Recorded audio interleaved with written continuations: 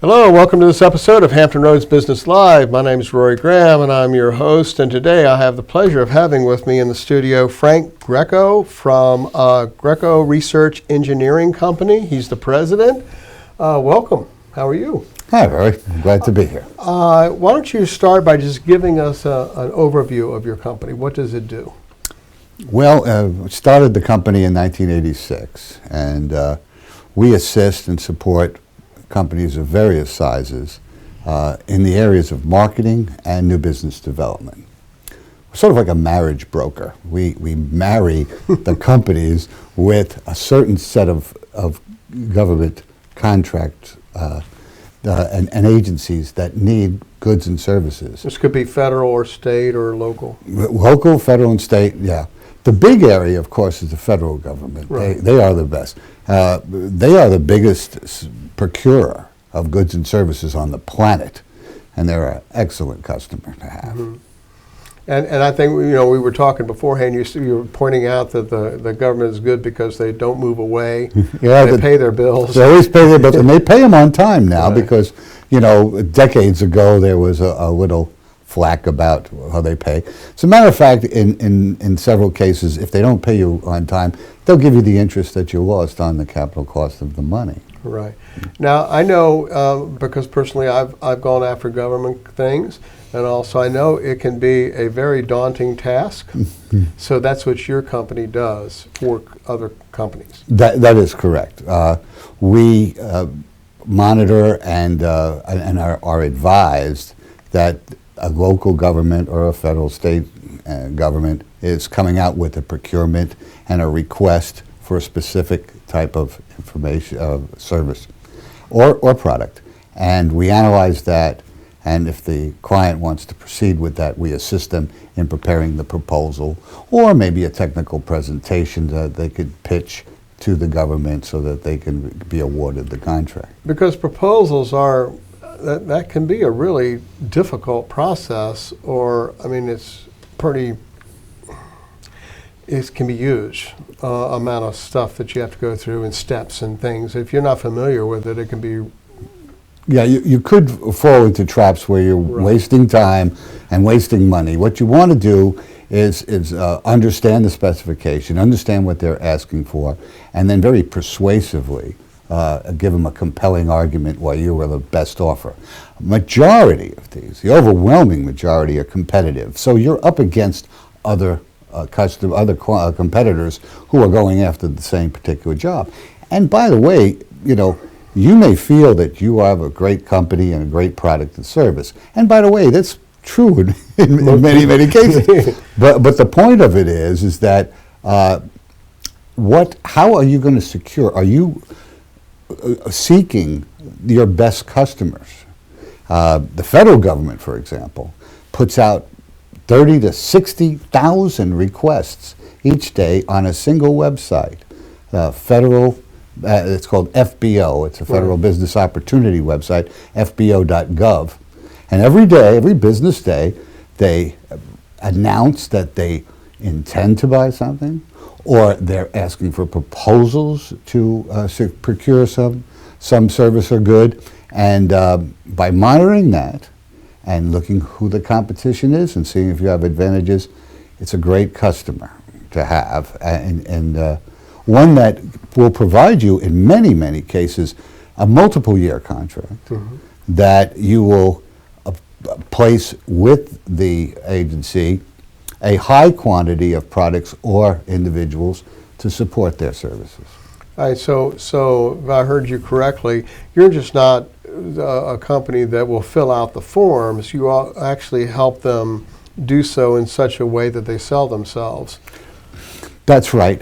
Writing a proposal, whether it's commercial or in the government sector, it's a combination of an art and science. You have to provide the engineering details or the technical details because that's what the specifications call for. But On the art side, you have to be persuasive. You have to have some uniqueness with called discriminators. You have to look at from a trade-off analysis of what your competitors can't do that you can do and have advantage. You want to demonstrate the features of your approach that provide benefits for the customer and the customer's customer. And then you want to prove that you can do that because of past experience of tackling the same exact jobs and doing it well. Okay. All right. So what are some of the pitfalls that people fall into? I can think of a few that you kind of mentioned there that they may not be doing that when they write a proposal. Right. I sometimes reflect on doing taxes as a younger man. The first time I saw all of the 1040s and Schedules A, B, C, and D, I thought it was just too much to grapple with. But, and as a matter of fact, I gave it to an accountant the first time. When I saw the results, I said, this is not brain surgery. Is that rocket science? Yeah, it's not rocket science at all. It is, as a matter of fact, pretty straightforward once you understand the ground rules and the instructions. They are a little bit tedious, and there are ways to benefit from that. Because you may be going up another competitor who provides the best widgets and personnels to operate these widgets.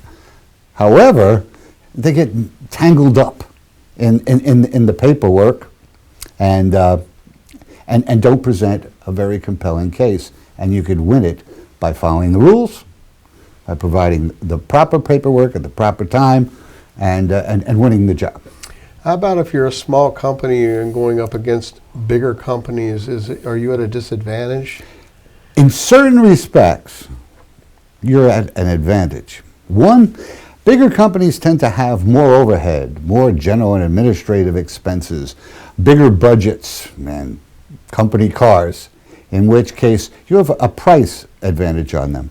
Second, and most importantly, when you're working with the federal government, they have a priority and a preference for smaller businesses, especially woman-owned businesses, businesses located in an enterprise zone or a hub zone that needs economic development, veteran-owned, big, as particularly service-disabled veteran-owned small businesses. And they will give either an advantage to them or restrict large businesses from bidding on what they call set-asides. This is only this opportunity is reserved for small businesses of this particular disadvantaged type. So that's an advantage. Definitely an advantage. Okay. All right. So my next question I had down here is, what are the major business problems if you want to sell to the government? Right.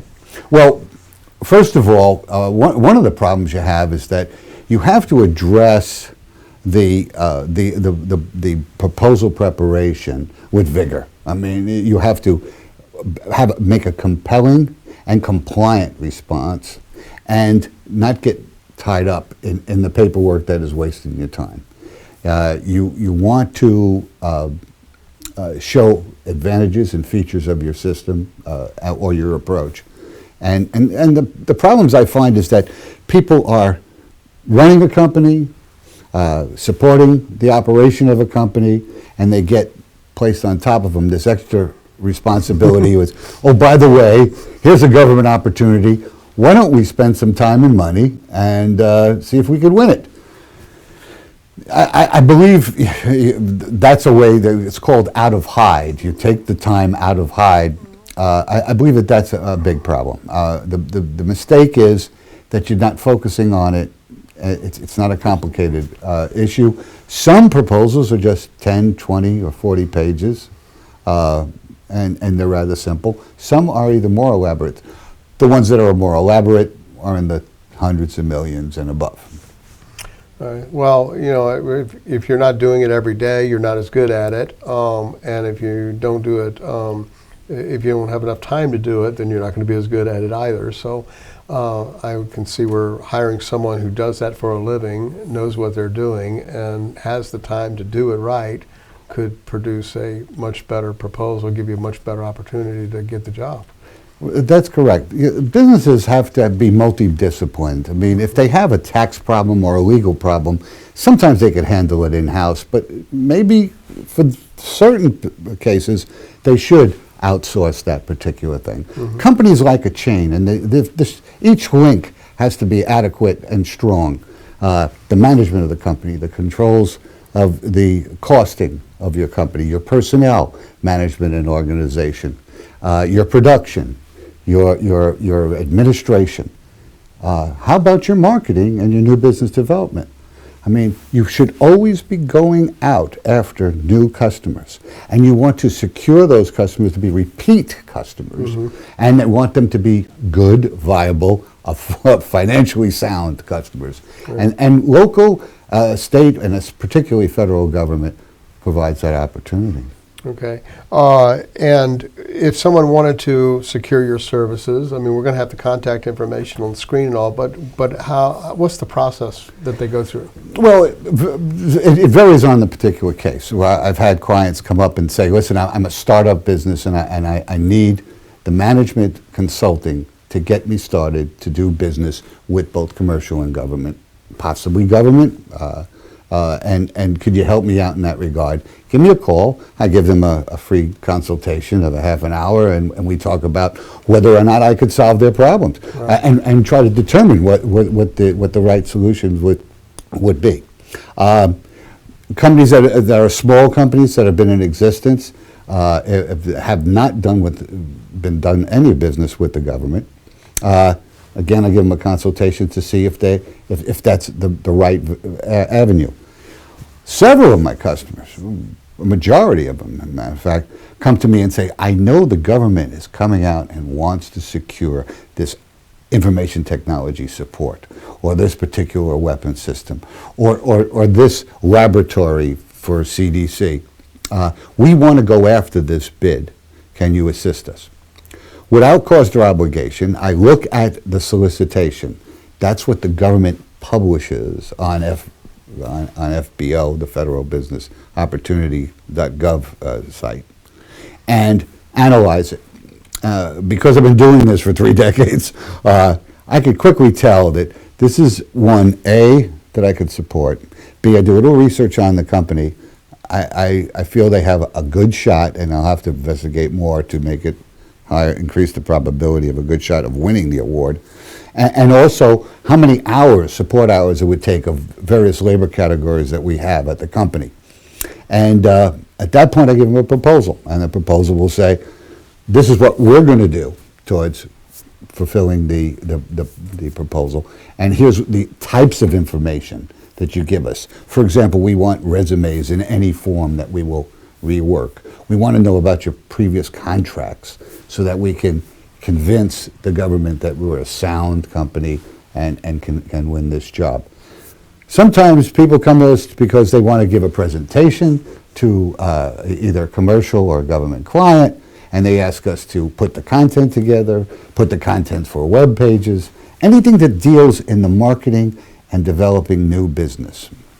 Okay, well, that sounds very interesting, and in this area with all the military and everything we have, you can also see the need. But is there anything I haven't covered that you wanted to mention? Well, I want people to understand that in business, it isn't how well you do something, it's your bottom line, so you stay viable for the long term. And constantly look for different ways in being unique so that you can stand out from the crowd. I'm reminded that, you know, when a person buys an automobile or even a home, they're surrounded with options and choices, and they have to make a value judgment. Mm-hmm. The way you succeed in business, beyond being multidisciplinary, is providing value, perceived, obvious, compelling value to the customer, that your differences and your capabilities are something that they need and will satisfy their requirements. Your unique value proposition. Exactly what as taught in school. I preach that to clients a lot. You know, what is your unique value proposition? All right, well, thank you very much. If you have a business and you are looking to get in front of some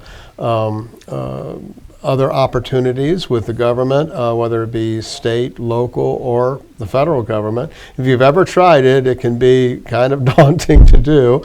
I know, I have. And I certainly wish I had known about Frank's service back then when I did it. But anyway, you give him a call. His contact information is at the end of this video, and it's also at the bottom of this page. I thank you very much for coming in, Right. and I look forward to talking with you again soon about other things, but I wish your company a great deal of success. Thank you very much. All right, thank you. Right.